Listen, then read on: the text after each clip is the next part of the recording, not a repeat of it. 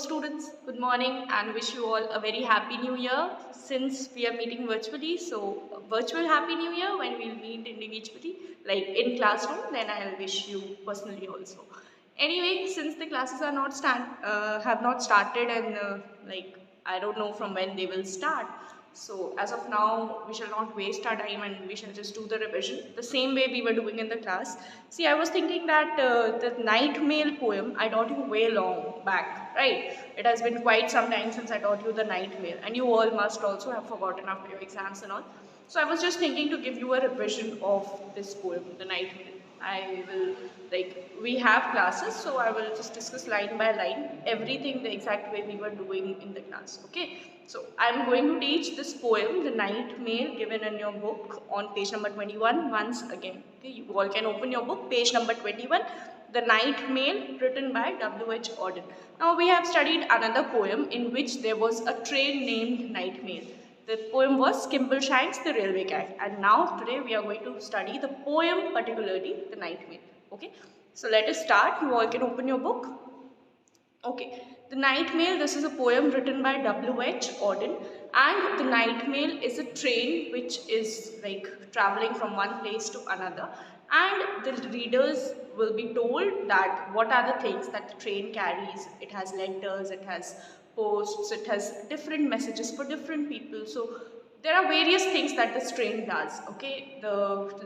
From carrying the letters to like conveying the messages, many things, and the places through which it passes. So we will be told about many things in this poem. Okay, let us start. Now this poem Night Mail, it was originally written in 1936 and the revised version was produced to us in 1966. It is a poem written by W.H. Auden, and its rhyming scheme is in a way as if the moving of the wheels of the train, okay, it is in a rhythmic pattern with the movement of the train. Now this poem it was like a soundtrack. It was like a music which was played at the end of a movie also, okay? I had told you this about this in the class, right?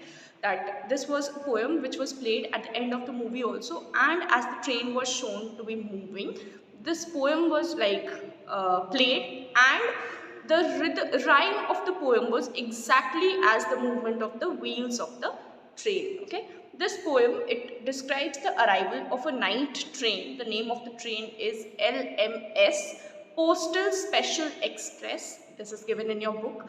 It travels from London to Crewe, Glasgow and Edinburgh, okay? These are the places through which the train travels.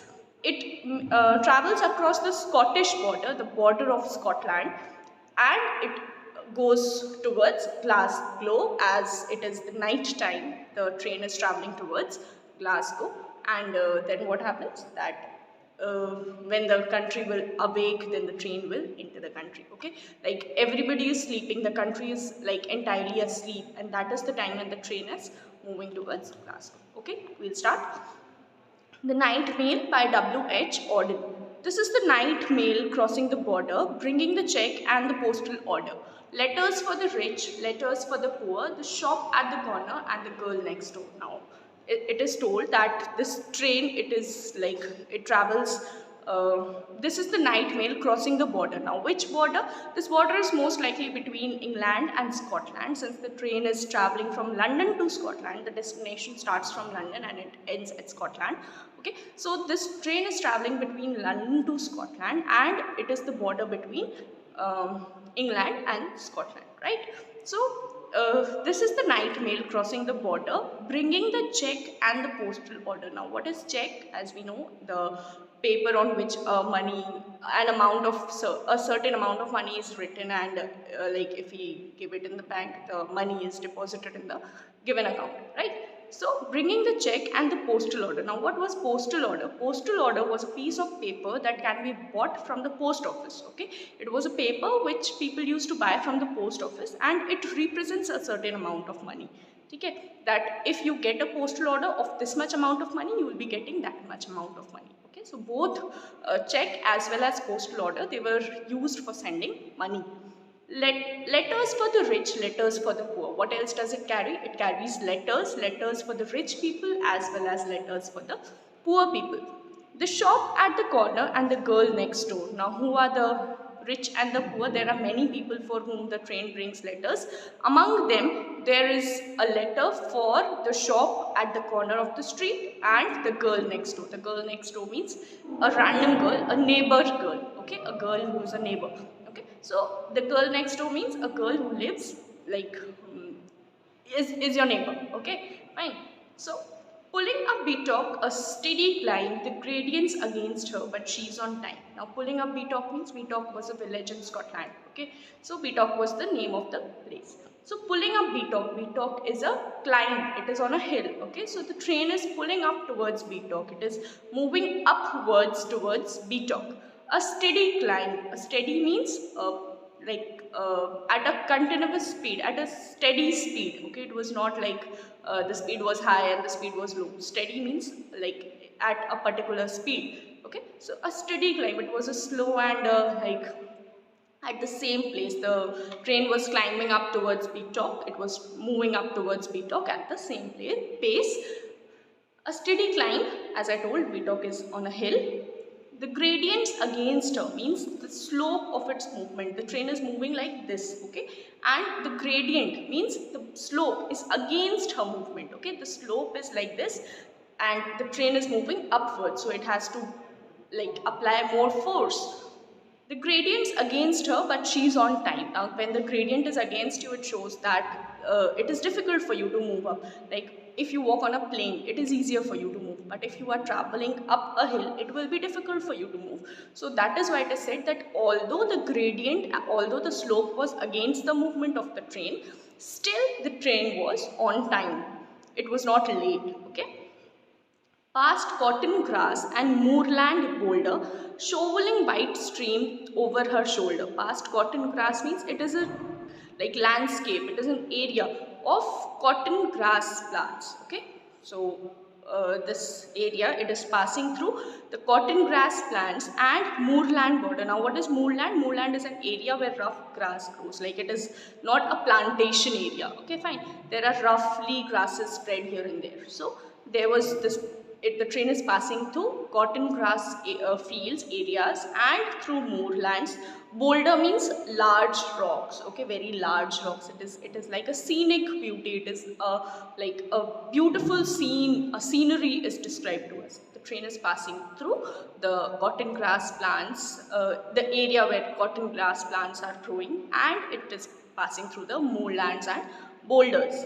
Shoveling white steam over her shoulder. Shoveling means like shoveling actually means to lift and move. Okay, so the white steam coming out of the engine of the train is passing through her shoulder, as if the you might have seen that the steam, from where the steam comes out of a train's engine, right? So it seems as if the steam is coming out from the from above the shoulder. Fine. So shoveling white steam over her shoulder. Now see, her is used for this train, okay, this night mail, this train, okay, and her is the which figure of speech is it? You can easily guess. A train, a non-living thing, is given a human trait, so it is personification, right? So shoveling white steam over her shoulder means as it is, see, the train is moving in a dark night, so the steam that is coming out is like white in color. Okay, the steam is never white, the coal is being burnt and it is always black, but since it is the night time, the steam can be seen and it seems as if it is the white colored steam. Okay, so the steam is coming out over her shoulder. Then snorting noisily as she passes. Now what is snorting? Snorting is the loud sound of breathe. When somebody is breathing out, there's loud sound coming out with the breath, that is called snorting. We also call it as snoring. Okay, so snorting noisily as she passes. Now obviously when a train passes, it will not be a silent movement, right? Like when a train passes by, then there's a loud noise that the train makes. That noise is referred to as snorting, as if the train is snoring, as if the train is making loud noises while breathing. Okay, so snorting noisily as she passes. Silent miles of wind-bent grasses. Now, silent miles means, see, snorting noisily and silent miles. Noisily and silent, these are two opposite words which are used in the same sentence. Okay. Snorting noisily, the word noisily, as well as silent miles, silent. These are two opposite words which are used in the same sentence to describe the train. So snorting noisily because the train is moving and there's a lot of noise produced, whereas silent miles of wind bent grasses. Wind bent grasses means the grasses, the area where the train is passing through, the grasses present over there, they are all bent because of the wind. Okay, there have been winds continuously blowing in one direction, and the grasses, instead of standing straight, they have all been bent. Okay, so the train is passing through the areas where the grasses have been bent because of the wind. So silent miles of wind bent grasses. Now obviously it is the night time and everything is silent, everybody is asleep, so the grasses also seem to be like bent down. Okay, to because of the night time, there's no, absolutely no noise, it is only the train which is making the noise, rest everything is silent. Okay, so the train is passing through miles and miles where the grasses are bent because of the wind. Fine. So next paragraph. Birds turn their heads as she approaches, stare from the bushes at her blank-faced coaches. So birds turn their heads as she approaches. Now it is the night time. Birds have almost come, all of the birds have come back to their nests. It is there also, they are also in their resting mode. But now what happened, as the train is passing, the birds turn their heads. The birds turn their heads to see what is it which is making so much noise. So birds turn their heads as she approaches. She again here refers to the train. Okay, stare from the bushes at her blank-faced coaches. And from where do the birds look towards the train? They are staring towards the train from the bushes at her blank-faced coaches. Now the train is here. The train is referred to as she. It is given up it is personified. But the coaches of the train, the bogies of the train, they are all blank, expressionless. They do not have any emotion. So the birds from the bushes are looking at the train whose coaches are emotionless, blank. They do not have any emotion on their face. Sheepdogs cannot turn her course. They slumber on with paws across. Now sheepdogs. What are sheepdogs? They are kinds of dogs, okay, species of dogs. Okay, now these sheepdogs cannot turn her course. The sheepdogs, whenever any loud sound is there at night or something, what do the dogs do? It is their habit to bark and run behind the thing, but they have become used to the passing of the train, so they are unbothered by the passing of the train. They're like, okay, fine, the train is going, let it go. They are least bothered by it. So sheepdogs cannot turn her course. Course means path. So the sheepdogs, even if they bark a lot, even if they shout out their throats, the train is not going to turn its course. So the sheepdogs remain unbothered and they remain asleep. They are unbothered about the train. So sheepdogs cannot turn her course. Sheepdogs cannot make the train change her path. They slumber on with paws across. Slumber means sleep. Continue their deep sleep. So the sheepdogs, they continue to sleep deeply with their paws across. Paws across means crossed paws. Their paws are crossed like this. Okay. So they continue to sleep with their paws crossed.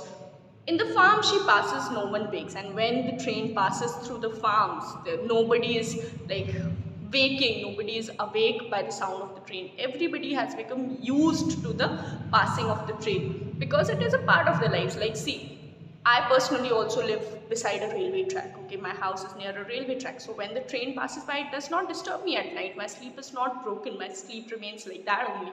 And why is it so? Because I have become used to the sound of the train. Okay. Now, if somebody new comes to my house, they almost always, they tell me that, how are you? So it must be so disturbing, the sound of the train and all. But we have become used to it, so it does not bother us. Okay. Similarly, when the train is passing through the farm, nobody is bothered by the sound of the train, but a jug in the bedroom gently shakes. Now a jug is kept on the table in a bedroom, and since there is a vibration because of the fast movement of the train, what happens? That the jug slightly shakes. There's a vibration on the table, because of which the jug slightly shakes. Okay, now we have done 2 paragraphs. That is enough, I think, because you might have got some idea, like remembered something from the class back then. So we'll continue it in the next class. Fine.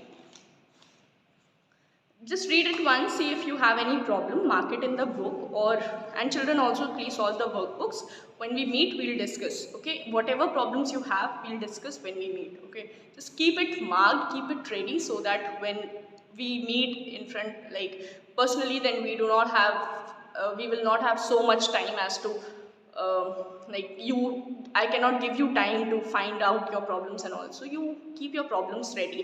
As soon as we meet, you can ask and I'll solve them. Okay. So we'll continue the rest part of the poem in our next class, next video. Okay. Thank you, children. Have a great time ahead. Enjoy your time, but also study. Remember, you all are going in class 10th, and it is very necessary for you all to study. Okay. So take care.